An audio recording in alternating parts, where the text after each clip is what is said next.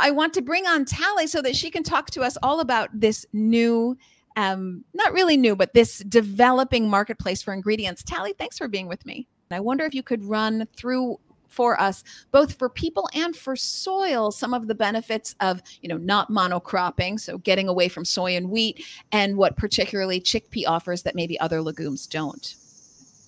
So for farmers, so the soil area, chickpea as a legume brings back nitrogen to the earth.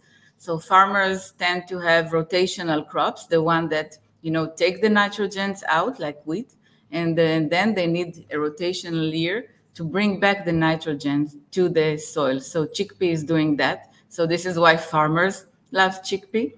And consumers, we already mentioned that there is a growing affection to this legume.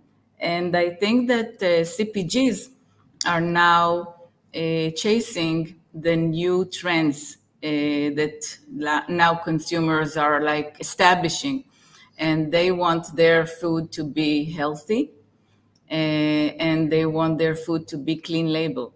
Mm-hmm. And I think this is the uniqueness that chickpea protein is offering. It's a very strong emulsifier that combines oil and water together.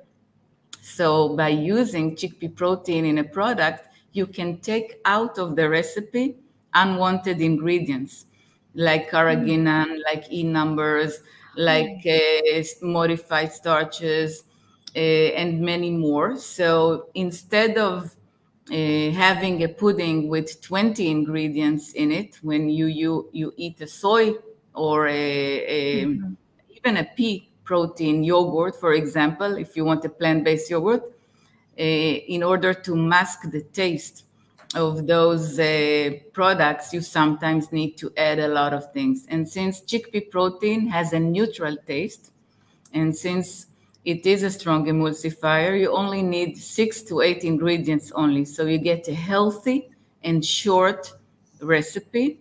And I think this is what consumers would like to see. They would like to know that chickpea is grown next to their area, of course, for localism, and that the chickpea protein is produced also in their territory. But I think that for health reasons, they want the recipe to be a clean label one.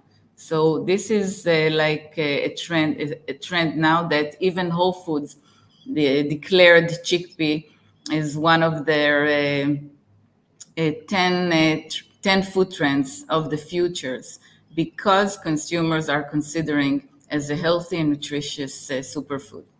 Mm-hmm. Yeah, it's amazing what you say, that chickpea has no taste. So I've actually, no taste that you need to cover up. Chickpea protein. Chickpea do have taste. Yes, I mean, yes, as an ingredient that you would have to mask. So pea as an ingredient has a lot of negative tastes that manufacturers are constantly trying to mask.